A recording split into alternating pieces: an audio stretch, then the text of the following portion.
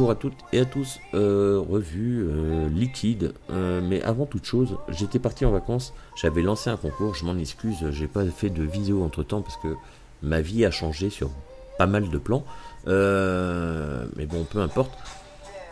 La personne qui a gagné 90 ml de Flocking Flava quand même, s'appelle Séverine. Séverine, voilà, je t'ai eu en MP, tu m'as envoyé ton adresse, bravo à toi, désolé pour les autres.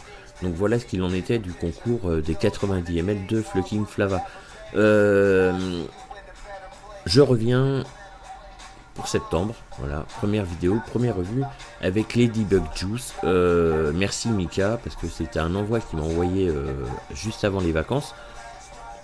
Ça méritait entre 15 et 20 jours de step. Voilà, ils ont plus de 15 jours de step, donc je me suis dit c'est le moment de faire la revue de ces liquides là.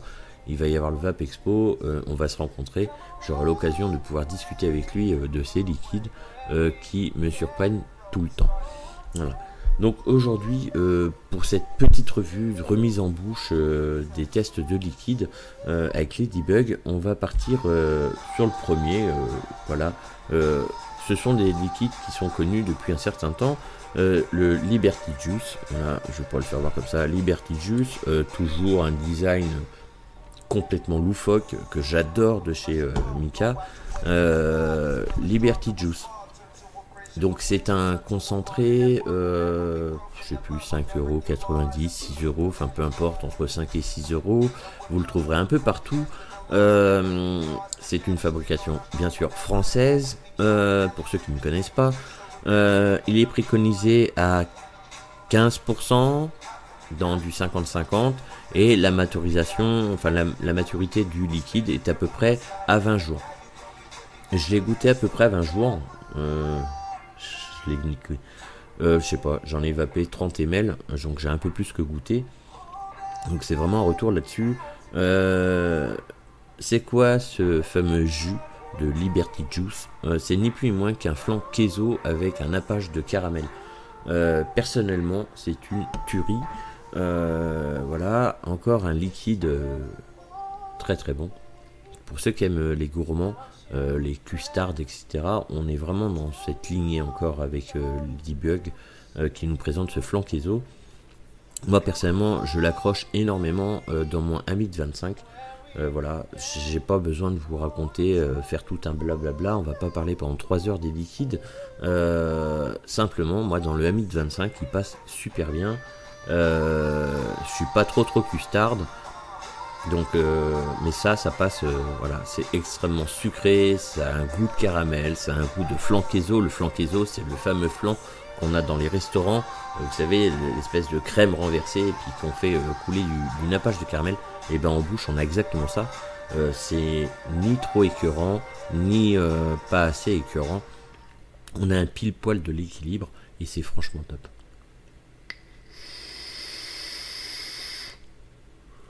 Alors moi je le vape, je sais pas, je dois être à peu près 40 watts. Ça passe tout seul. On a vraiment ce côté voilà, flan au caramel type queso, franchement qui est super bon.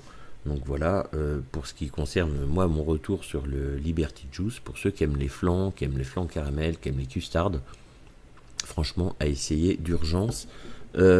Pour le deuxième, on va partir toujours chez Ladybug, donc le old school. Le old school, alors là par contre c'est un peu plus classique, on va dire. On est parti sur un genre de tabac assez léger, avec une custarde à la vanille à l'américaine et une pointe de poire sucrée et de caramel. Donc celui-ci par contre, j'ai un peu plus de mal du fait que la poire et le tabac m'interpellent. Il est très bon, il est bien équilibré, mais il m'interpelle un peu. C'est pas mon préféré. Mais quoi qu'il en soit, il est plutôt bien réussi pour ceux qui aiment voilà, retrouver quelque chose de gourmand et qui aiment la poire. Vous ne serez pas déçus du tout avec ce liquide, mais qui est pour moi peut-être le moins pertinent des 4 que j'ai reçus.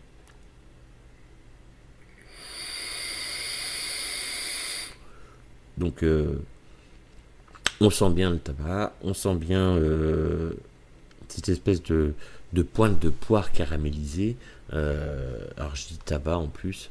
Je suis même pas sûr qu'il y a du tabac. Mais pour moi, c'est vraiment mon ressenti. C'est plutôt voilà, ça reste pour moi un tabac à base de poire. Et en fait, alors qu'est-ce qu'ils disent exactement dans la description? On est toujours, voilà, entre, allez, 15, 17, 18% suivant ce que vous voulez vraiment avoir. Donc ils disent que c'est un classique gourmand sur une base de classique léger. Alors classique léger, je sais pas ce qu'ils veulent dire par là. Poire sucrée caramélisée avec une custarde version US. Alors la version US, je pense que c'est pour retrouver un petit peu les custards qu'on avait avant TPD. C'est un peu ça.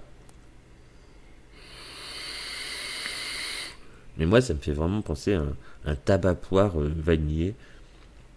Très très bon, mais moins percutant. Moins, voilà, j'ai moins cette sensation de découvrir quelque chose.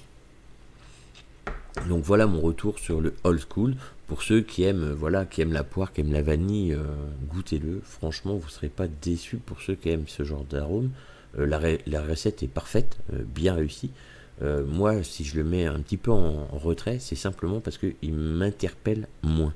Voilà, tout simplement. On arrive pour le troisième. Donc, l'ineffable. Voilà. Donc, est déjà sorti un bout de temps. Celui-ci, par contre, au niveau interpellation, il vaut son petit détour. Donc je vais vous dire exactement ce que me dit. Alors là, je suis sur Taclop. Bon, on s'en fout, on peut être n'importe où pour le descriptif. Le descriptif, il va me dire quoi en fait? Il va me dire que c'est une composition fruitée complexe, construite à base d'un thé de fruits exotiques. On peut y retrouver également une note un peu florale de jasmin et d'oranger. Donc celui-ci, par contre, voilà, je vais même en remettre. Celui-ci interpelle fortement parce qu'on est vraiment sur ce qui a été dit là, c'est-à-dire qu'en fait, on a tout ça. Et tout ça, ce mélange-là, me fait penser, et ça fait à peu près pareil. J'en suis à 27 ml de consommé, 28 ml. Me fait penser à une espèce de bonbon guimauve. Me demandez pas quoi, ça fait plus d'une semaine que je cherche la marque de ce bonbon que j'ai déjà goûté étant plus jeune, qui me faisait penser à ça. Plutôt, vous savez, les bonbons... je cherche le nom, hein. On trouve ça en pharmacie, c'est des petits carrés de guimauve, ça a un goût particulier qui est floral, fruité, etc. C'est exactement ce produit-là que j'ai retrouvé dedans. Je me suis retrouvé en enfance quand je mangeais, vous savez, ça arrive souvent, on rentre avec les parents et on achète un petit paquet de bonbons à la con aux gamins, ça tombe là-dessus et c'est exactement ce goût-là.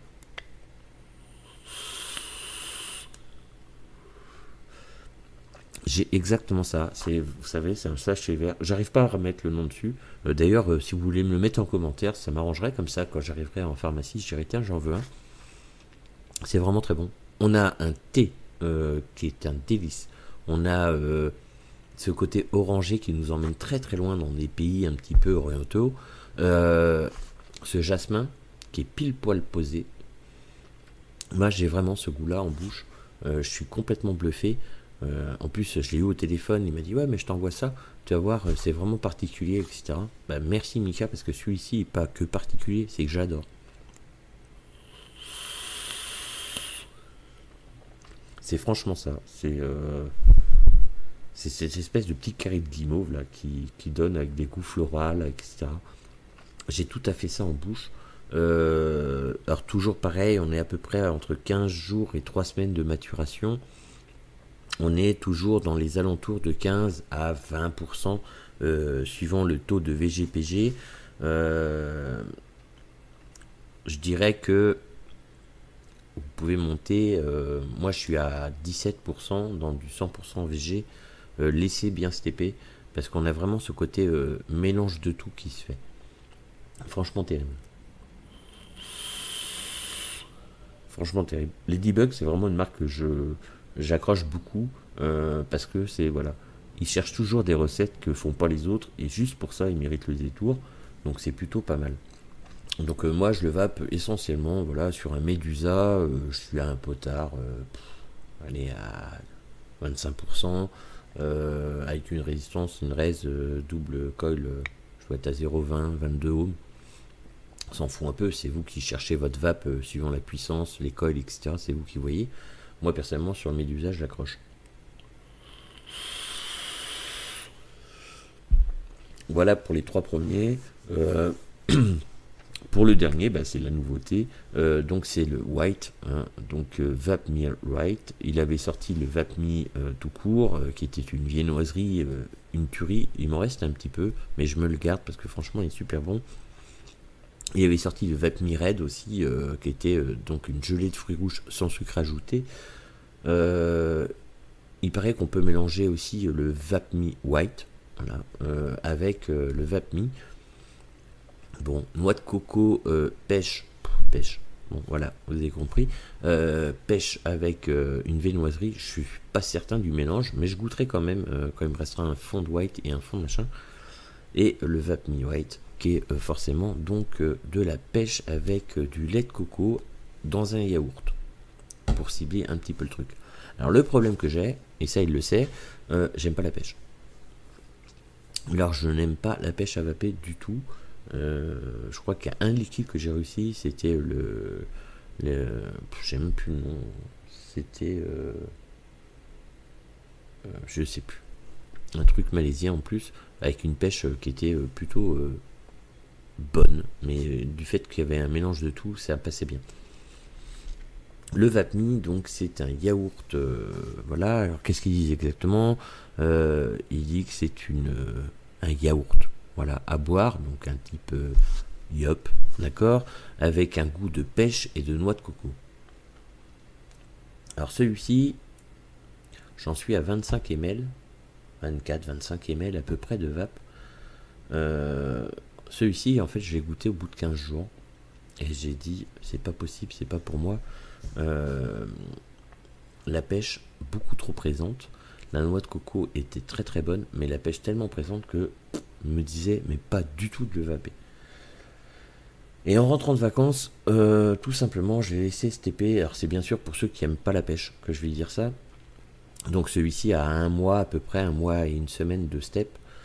Moi je l'ai mis dans le reload tank, parce qu'en dripper la pêche ressort encore beaucoup et j'accroche pas. Mais par contre dans un tank, c'est ça qui fait bizarre.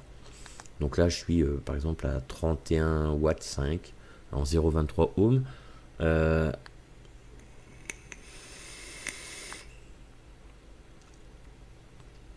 La pêche elle est présente, mais la noix de coco, alors la noix de coco version Ladybug, alors pas une noix de coco sucrée, pas une noix de coco yaourt, pas une noix de coco bonbon, pas une noix de coco ce que vous voulez, juste en fait un lait de coco, comme si vous aviez, alors pour ceux qui ne connaissent pas, entre manger un yaourt à la noix de coco et puis prendre le fruit, le casser et manger de la noix de coco avec du lait de coco, c'est un goût qui est quand même bien particulier, c'est-à-dire qu'on a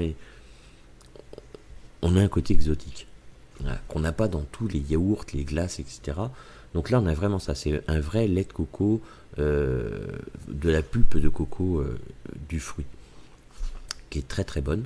On a un côté laiteux qui donne ce côté un peu yaourt, et la pêche qui est là, une pêche qui fait vraiment une pêche naturelle comme le fruit.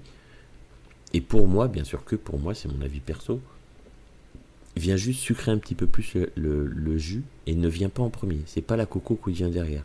Je sais que j'ai des gens, j'ai regardé des revues, dont un, Vapian, qui sort comme quoi qui sent énormément la pêche et que la noix de coco vient juste derrière. Moi, ça me fait l'effet tout à fait inverse.